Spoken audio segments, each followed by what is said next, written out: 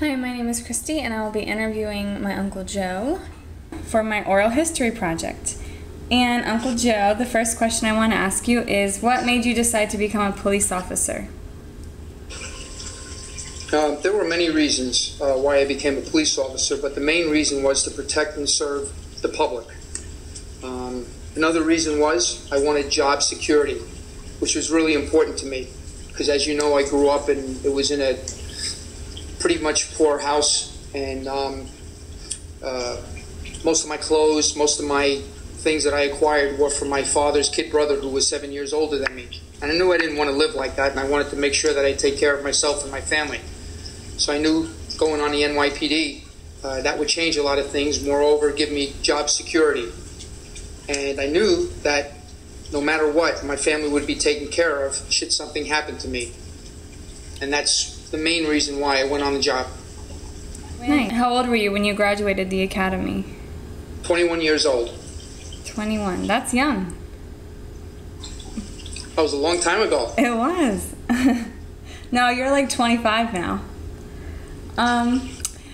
And when you became a police officer, did you always have a dog as your partner, or did you have another police officer? No. Nope. I didn't acquire Nero until after I was on the job, almost 2 years. I had 3 partners. And my first partner,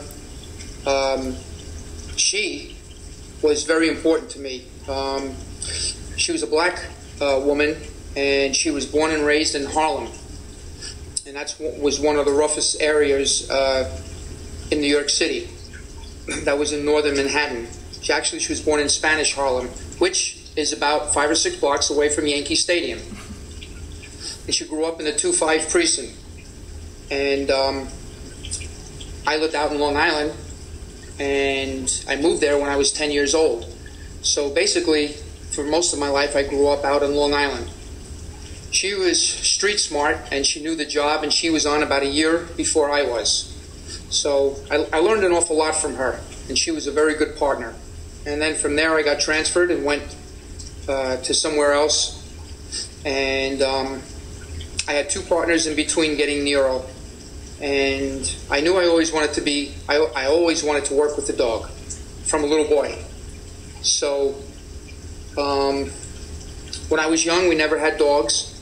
And I used to bring home every stray dog that I found. Mm-hmm. And then one day, I found a German Shepherd out in the schoolyard. And I brought the German Shepherd home. And when my mom looked at the collar, she saw that it had a shield on it, and it was a police dog. So she called the law enforcement agency, and the canine officer that the dog belonged to came to the house. And apparently the dog got out of his kennel. So, and I was 10. I think I was 9 or 10. And he took me for a ride in his police car. And I sat in the front seat because the kennel was in the back of the car. And from that point on, I knew that someday I wanted to be a police officer, and I wanted to work with a dog. Was it a lot different working with a dog than with another officer? Yes and no. Yes, I didn't have a human being backing me up when I went to certain calls that were dangerous. But I also knew that the dog could do the work of 10 of the best cops around, because dogs are very attentive. Their olfactory senses, which is their sense of smell. Basically, a dog sees and hears with their nose, and they're much more keen. And what happens is you can do things with a dog that you can't do with another partner. And you can search for items, you can search for narcotics, you can search for weapons, you can search for missing people, young children. Can't do that with a partner. So in some aspects, you're losing something, but you're gaining something else. And that makes sense. And I know you were an undercover narcotics officer. How long into your career did you become that, and why did you choose to be an undercover narcotics officer? Well, it really wasn't a choice. I was asked to become a UC, that's the acronym for undercover, by my commanding officer. And at that time, I worked in Brooklyn South. Brooklyn South is made up of East New York, Brownsville,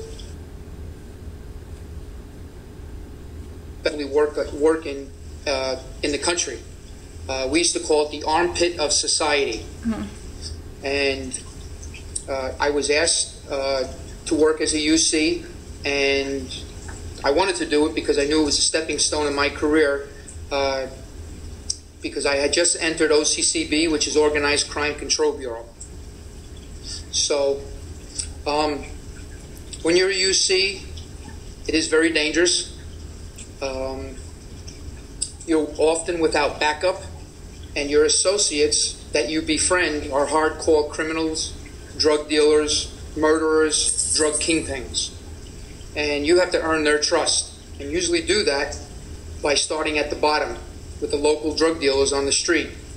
And as you make your buys, they become bigger and bigger, and then it gets to the point where you don't trust the local people and you want to see the people over them. And when you earn their trust, you work your way up. There's a downfall to all this, and there's a very thin line that you can cross. And you always have to make sure that you don't cross it. The longer that you're a UC, the harder it is to gain perspective on what's right or wrong. Because remember, you're one of the bad guys. You're working with them. You're with them all the time.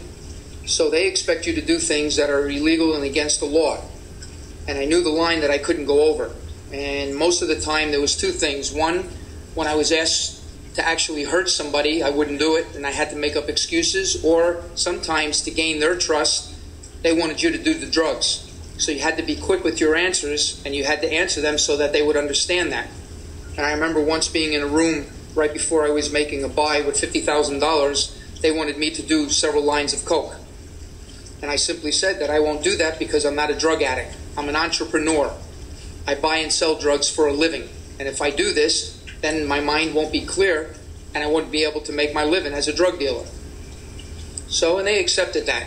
But sometimes it got to be pretty dangerous, because you're sitting in a room with a bunch of drug dealers, and sometimes they'll have their guns out and they're pointed at you and they want you to do something. So you have to be quick. And again, you don't have any backup. And you're not monitored. You don't have any kind of listening devices on you, because they pat you down, they check you. Sometimes they make you take all your clothes off, other than your boxers that you're wearing, just to see that you're not wearing wires or anything like that. So, but the main thing is that when you're so deep, sometimes you yourself as an undercover officer, you lose the sense of reality. You also lose the sense of what's right and wrong. And what happens is your supervisors at that point, they monitor you and they debrief you every time you meet with the dealers and the drug kingpins. And they have to make sure that you know and understand that you don't cross that line. And if they feel that at any second that you can't handle it mentally, emotionally, physically, then you're pulled. And that's pretty important. Sometimes they give you the leeway. They may want to pull you, and I remember twice they wanted to pull me, and I said, no, we're so close, because you're working so long and so hard, and you're spending millions of dollars of the city's money just to try to work up the chain so that you can lock up the kingpins. But the thing that you really have to remember is when you are pulled from it, then you get back to reality. And usually when you're pulled from a long-term undercover operation, they give you about a week off, and you have to go and talk to a department psychiatrist several times. They evaluate you to make sure that you're able to go back to work. And if you're not able to go back to work, you go on what they call long-term medical leave. You still get your same pay. We didn't have sick days at all. When it's job related, you still get your same pay every single day. You just stay home and you get the help that you needed. It never went past that for me. After 4 or 5 days, I was able to go back, with the plainclothes division, narcotics division. Yeah. So, let's see, what else? Yeah, that's about it. Yeah, that's very intense. I don't know if I could be in your shoes. Some people can do it, and some people cannot do it. Yeah. What are some? When I was a UC, I was a UC twice. The first time I was not married and didn't have a family. And it's a funny thing happens to you when you're young and you're on a job. On the job means you're a police officer. That's the terminology we use. You think you're invincible. You think you're going to be able to clean up the streets of New York City, and not until you realize that there's 7 million people there at that time. Now there's 8 million people, and you're one of 30,000 police officers. That's never going to happen. Then all of a sudden something else happens. You end up with a lot more responsibility, a wife, a son, and sometimes you have to take a step back and think that you don't want to do the things you used to do because it's pretty dangerous. That makes sense. What are some of your best memories as being a police officer? You know, that was one of the toughest questions out of all the questions that I looked at when you emailed them to me. It's a very hard question to answer. And the reason why is because a lot of the good things you do as a police officer, you don't actually see results. And they call this omnipresence. It's a deterrence. When you're driving around in a marked car or you're in uniform, you don't know the good things that you do because there could be criminals out there waiting to commit a crime. And if they see a police officer or a car, you might have stopped them from committing that crime. So that's a very hard statistic to measure. Sometimes making an arrest after the fact is a good thing, but to me, stopping a crime, I always felt was something that was even better than making an arrest, because then the crime never happened. I remember delivering 2 babies. One was right before I went into the K-9 unit, and one was after I was in the K-9 unit. I delivered two black babies, and one of them was in my car, and the other one was at the home. I thought that was wonderful. I really did. Actually, the first person that I delivered the baby, the woman had asked me if I wanted to be the godfather, and I politely declined, knowing that I would never see this woman or this baby again, and it wouldn't be responsible for me to do that. So that's kind of it. Unfortunately, the type of job we have, they don't exactly call us to happy occasions. We see what the worst society has to offer, so there aren't too many happy memories. Well, what are some of the worst or scariest moments? If you want to talk about it, we don't have to. No. Well, let's go back to the other question real quick. Now that I'm thinking about it, a very happy memory was the first time I ever saw Nero. He was about 8 months old, and I saw him in a kennel, and it was at Fort Totten in Queens, and that's where the K-9 training center was. And at that point, I realized that this dog was going to be my partner for at least a minimum of the next 8 to 10 years. And I knew in front of me the demanding task that I had going through the K-9 training program, which was 6 to 8 months. So to me, that was also a really good part and a great memory that I had on the job. And after I got Nero and we went through the training, in the time that I worked with him, we made over 600 felony arrests with 600 felony convictions. Most of the people that were convicted are serving 25 years to life. Wow. I do get phone calls from the parole board, usually when they're getting ready for parole, and they ask for my opinion on that, and I usually give them my opinion, and for the most part, they listen to me. And to this day that I know of, nobody has been paroled that I arrested. And at that time when I was working, there were 7 million people in New York City. And one of the things that Nero specialized in was not only narcotic detection, but explosives. And I trained him myself for the black powder on explosives, and he was able to detect if people had guns on them. And for 2 years in a row, I led New York City in taking illegal guns off the street with Nero. And to me, that was a great accomplishment, because every gun I took off the street, that meant that that gun could not be used in a crime to hurt, to shoot, to kill anybody. And that was really, really important. And if you think about it, there was 1 million guns, illegal guns in New York City back in the 80s and back in the late 70s and 80s. And if there's 7 million people, that means approximately you can assume 1 out of every 7 people you see are carrying an illegal weapon. Wow. So I had the advantage with my dog, he could do the things that normal police couldn't do.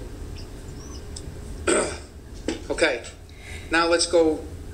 You asked me about some of the worst memories. Yes. This too is a hard question because I try to erase them and I can't. You don't even know this, but about 6 or 7 years ago, I was diagnosed with PTSD. That's usually what our soldiers get when they come back from fighting. And I didn't know this until I went and sought some help. PTSD is post-traumatic stress disorder. And usually soldiers get this, or people in high-stress jobs get this. There's no cure for it, you just learn how to live with it. And you usually show signs of that by having reoccurring nightmares. You can't sleep at night. You start reliving things that you did a long time ago, and they're vivid in your mind. So as I try to get rid of these, I can't. I just learn how to cope with them. But the things that bothered me the worst were crimes against elderly people, crimes against children, and crimes against animals. Those are the three things that bothered me the worst. I do remember once being in uniform responding with Nero to a domestic dispute. When I arrived, I remember seeing a little girl sitting in the corner of a room, and she had to be no more than 4 or 5 years old. She was sitting in a puddle of blood. The girl's mom was beaten pretty bad by her live-in boyfriend. I soon realized that this little girl was raped by her mom's boyfriend. I remember the rage that started to build up in my mind, and the anger, and I started I started to feel this, and I couldn't let it go. I remember calling all my supervisors, and I called the EMS to respond to take care of the little girl and the mother. And at that time, this took place, and it was in trying to remember where it was. It was in South Jamaica, Queens. And it was in a 4-family apartment building, and this was upstairs. There was 2 apartments, and downstairs was 2 apartments. And right before the supervisors and EMS came, and I was inside, the live-in boyfriend came. And he opened the door and started to walk in, and as soon as he saw me, he started to run, and I sent the dog after him, and Nero got him. After a little scuffle, and I got the cuffs on him, we were standing at the top of the stairs, and I realized what he did, and I had so much anger. I did something that I don't regret today, but it was definitely wrong. I pushed him down the flight of stairs, and he broke his arm and a couple ribs. Wow. Because of what he did. Like I said, he beat his mom really bad, and he raped this 4 or 5 year old girl. It was definitely wrong. I shouldn't have done that, and I got suspended for a week from the job without pay. Do I regret doing that? No, but this is some of the things that we have to live with. And that was one of the worst things that I think I ever saw on the job. He was convicted. He went to prison. I don't know if he's still in prison. But that's that one incident. The other couple of things that were pretty bad was, let me see. I took 2 lives during gun battles. In my tenure as a police officer. The first life, I was a detective, and I was in an unmarked car, and I was in Brooklyn. And a 16-year-old boy and his friend went into a liquor store and shot and killed the owner, the patron, for $20. They threw her out on the street, and she got run over by a bus. And I remember it vividly because it was on a Friday night. And we were in a backlog, and I usually didn't answer calls like that, but there was nobody around to answer the call, so I picked it up because I was only a couple blocks away. When I got to the scene, a couple foot patrol officers were there, and they were taking care of the woman, and I was told that the boys fled in her car into Prospect Park in Brooklyn. So I immediately went into the park, and I saw the vehicle, and I got out with Nero. Now, mind you, I was in plain clothes, and Nero picked up the track immediately. And about 5 minutes into the track, into the woods, I started to see muzzle flash and gunfire, and I realized that one of the boys, I didn't know at that point, they started shooting at me, and they could see me, because behind me was all kinds of lights and background, and I was looking into a dark area. So I returned fire. And within a minute or so, there was no more fire, and Nero was already gone, going after the other boy, who happened to climb up a tree, and he stayed in a tree. When it was all said and done and I received all my backup, we found out that the young boy that I shot, that was 16, I shot and killed him.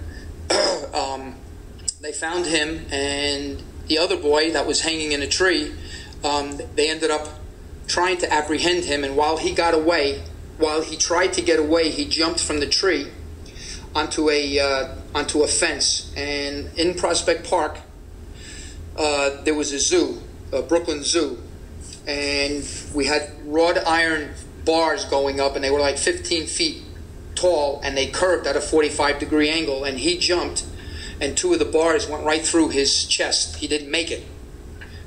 He ended up not dying, but he had severe injuries. That really bothered me at that point the next day, because I realized, after going to internal affairs and being cleared of the incident, I realized that my actions, I took a life away of a 16-year-old boy who was trying to kill me. And I understand that they usually say the fruit doesn't fall far from the tree, meaning most of the time they have dysfunctional families and it's in a bad area, that they're going to turn up, the young kids are going to turn up bad. They're going to turn out bad. In his case, that wasn't the case, though. His mom was a nurse and his dad was a school teacher.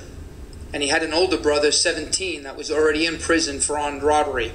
So it was safe to assume in his case that the environment played a large role in his demeanor, in his life, and he took a wrong turn. I got 7 days off for that, had to go see the department psychiatrist, and because of that, that's one of the reasons I have nightmares, because I keep reliving that over and over again. I keep second-guessing myself and asking myself, could I have done things differently? Mm-hmm. And the answer to that, obviously, is no, because he was shooting at me, and I was a better shot than he was, and I put a stop to that. So that was a real bad situation. Let me see. I'm trying to think.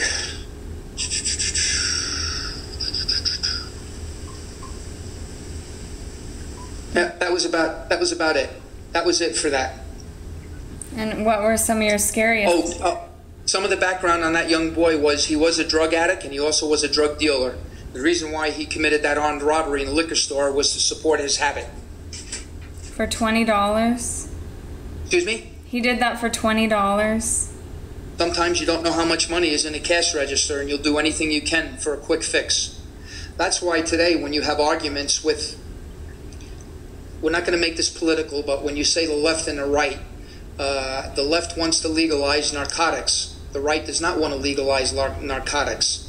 The bottom line is marijuana is a gateway to all narcotics. It's a gateway to the drug world. And what happens is everybody says marijuana is not that bad.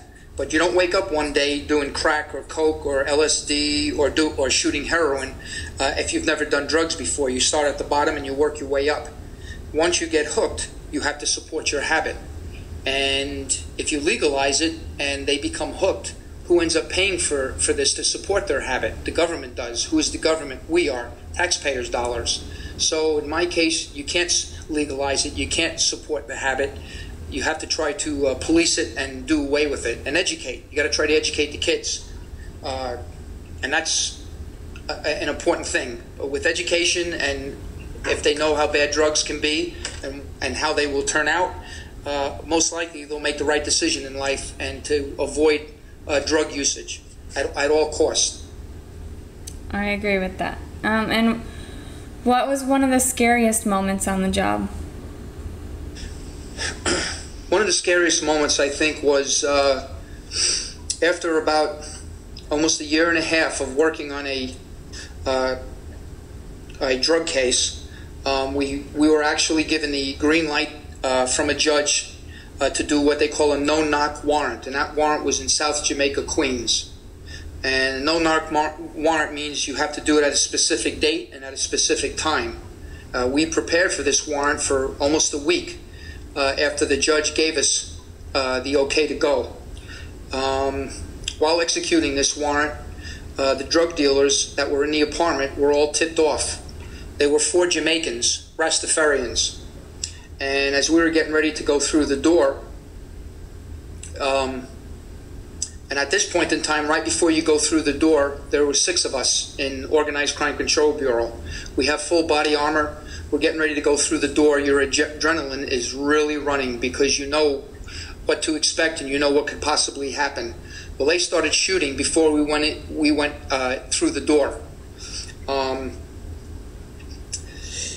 And all 4 of these men were, the intelligence that came back to us from another UC was that these guys were known as captains. They were high-ranking drug dealers. My unit and I returned fire, killing all of the 4 suspects. This took place in 1989, and it was later determined through ballistics that one of the suspects died from bullet wounds from my weapon. Just one. Several of us, including me, were shot, and the body armor stopped a lot of the injuries, but from being shot you get what they call blunt trauma, and we were being rushed to the hospital. And on the way to the hospital, as you know from this point on, I was in a really bad car accident, and that's when both my knees, moreover my left knee, hit the dash, and it shattered. And that night I went into surgery, and the next day when I woke up, this was St. Mary's Immaculate Hospital in South Jamaica, Queens. My wife was there, my mom, my mother-in-law, plus all my friends, my supervisors, and little did I know at that point in time that was my career-ending line-of-duty injury. So your next question was, why did I retire? I was retired due to the injuries I sustained while working. I was then a detective, and I was a few weeks away from being made sergeant. This is called a line-of-duty injury. And my retirement consists of full pay, full benefits for myself and my family for the rest of my life. Wow. And after you retired, why did you become a teacher? That's a good question. That's a great question. I became a teacher because I decided that in this point in my life I wanted to really make a difference. You asked me on question 1, why did I become a police officer? To protect and serve, and to make a difference, and for job security. Well, I felt that if becoming a teacher, several things could happen. And instead of putting people in jail, I could try to prevent people from going to jail. I also mentioned to you omnipresence. When you were a police officer, you can be a deterrent, but there's no way to measure that amount of good that you can do. As a teacher, you are measured by your students' performances. In other words, when you get your students at the beginning of the year, you influence them, you educate them, and when you release them at the end of the year, hopefully they all advance within the school system. You can actually see and measure their success. And by measuring their success, you know yourself that you did a good job. The years I taught, I really enjoyed it. And the reason that I stopped was because of medical reasons. And as you know, I've had 33 knee surgeries. So during teaching, it seemed like almost every year I was having a surgery. And when I had surgery, I was out for 3.5, 4 months. Now the school district has to pay a sub. I'm doing all the lesson plans at home. I meet with the parents.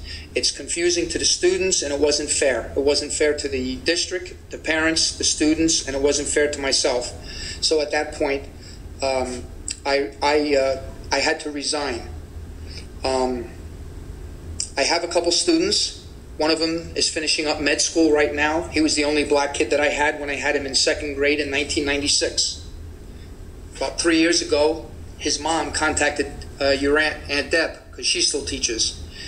And his mom asked if I would write him a recommendation because he was going to the University of Florida in Gainesville and he was trying to get into med school.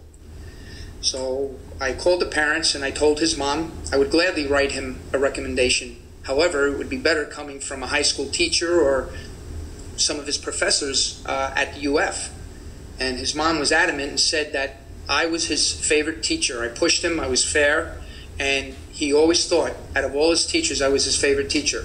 So I wrote him a recommendation, and he's now in his last year in med school at University of Gainesville. I have another student that's a Navy aviator, and he flies an F-14 Hornet. So I did do some good along the way. And like I said, it's a very rewarding profession. And just knowing that you helped and formulated somebody's life and set them on the path of success is gratifying. And to me, that was very important. Now, can you compare and contrast being a police officer and a teacher? Sure. The similarities of a police officer and a teacher are sometimes pretty similar. You're in both professions, you're serving the public, you're protecting the public, and you're also educating the public. Both of these professions, you as a teacher or a police officer, are held to a much higher standard of personal conduct and personal morals.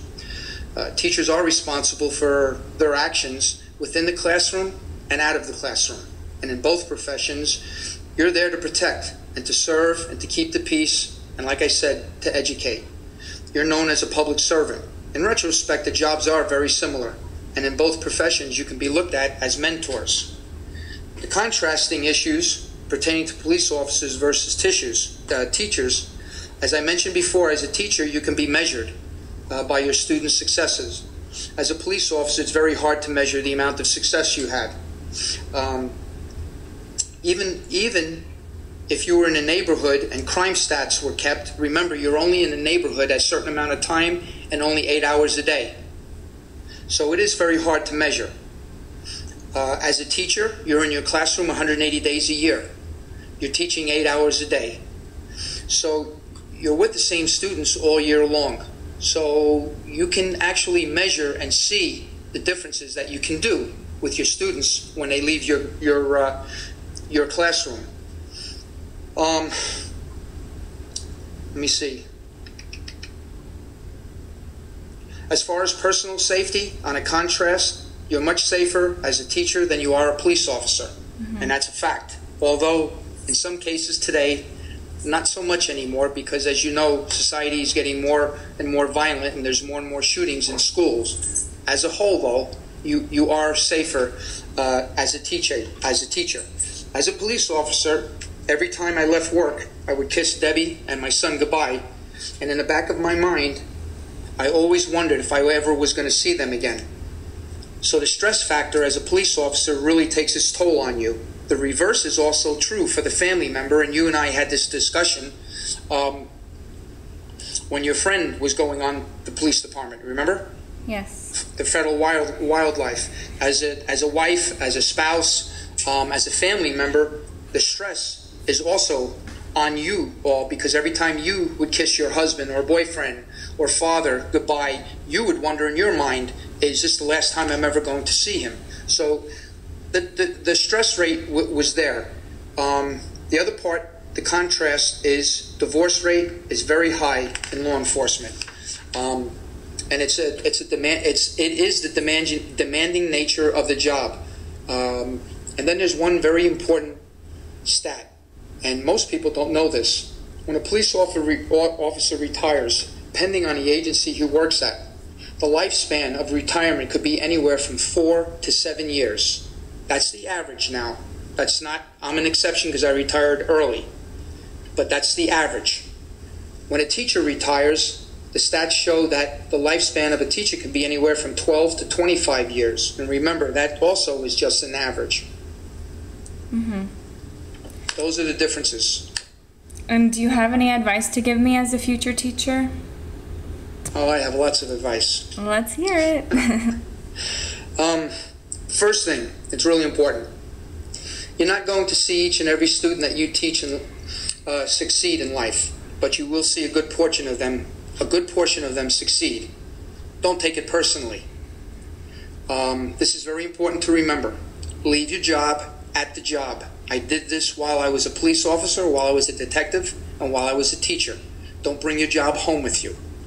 By bringing it home, I mean letting it bother you at home to where it's going to affect the people that you live with, or reside with, or care about. If that happens, you're doomed for failure. That's really important. Also, understand that you're a teacher. Again, you teach 180 days a year. You're with your students 8 hours a day. Your students leave your classroom. You're responsible for them in your class. You're not responsible for them out of your class. more than half of your class that you will acquire when you become a teacher will probably come from dysfunctional families, i.e. divorces, you name it. It's there. Out of that half, a third of them might be on some kind of medication, i.e. Ritalin for ADD, ADHD. So as a teacher, you too will go through a lot of stress. There will be children that you will not be able to educate, to move them the way you would want to see that you move them.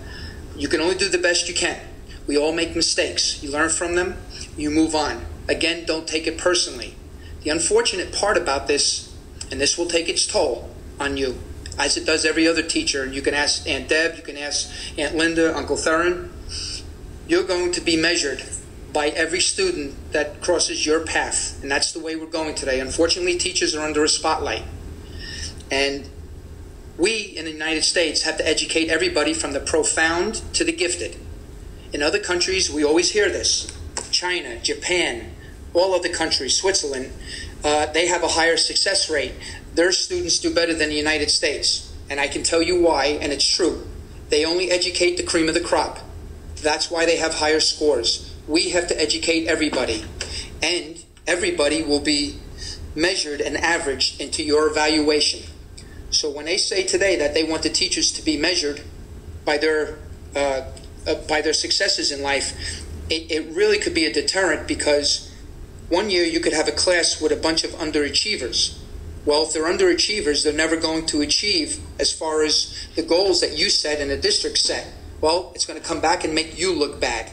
Mm-hmm. And that's where I think somewhere along the line our Congress has to differentiate when they make these laws as far as evaluating teachers, that they have to be able to determine and evaluate the students that can be measured should be measured. The students that cannot be measured should not hurt the teacher in any way, shape, or form. So, well, again, what my point to you is try not to take things personally, although you will. We all did, but you have to try not to, and you have to move on. You will touch a lot of lives, and I always thought that teaching, the two most important days was the first day and the last day. The first day you got your students, and it was great. And then the last day, most of the students are moving on to a higher grade. And the reason they're moving on to the higher grade is because of your teaching techniques. And in there should be enough gratification for you to understand why that teaching profession, to me, I think it is the most noble profession. It's more noble than law enforcement, because without a teacher, you can't have another teacher. Without a teacher, you can't have a lawyer, a doctor, a police officer, or anybody else in the world that holds any kind of a profession. You've had to be taught it. You may necessarily were not taught by a IE teacher, but you were taught by somebody who taught you had to do something. That's why teachers are really, really important. Well, thank you, Uncle Joe, for taking time out of your busy day and the Yankees game to do this interview with me. I love you very much. I love you too. Good luck. Let me know how it turns out. Thank you.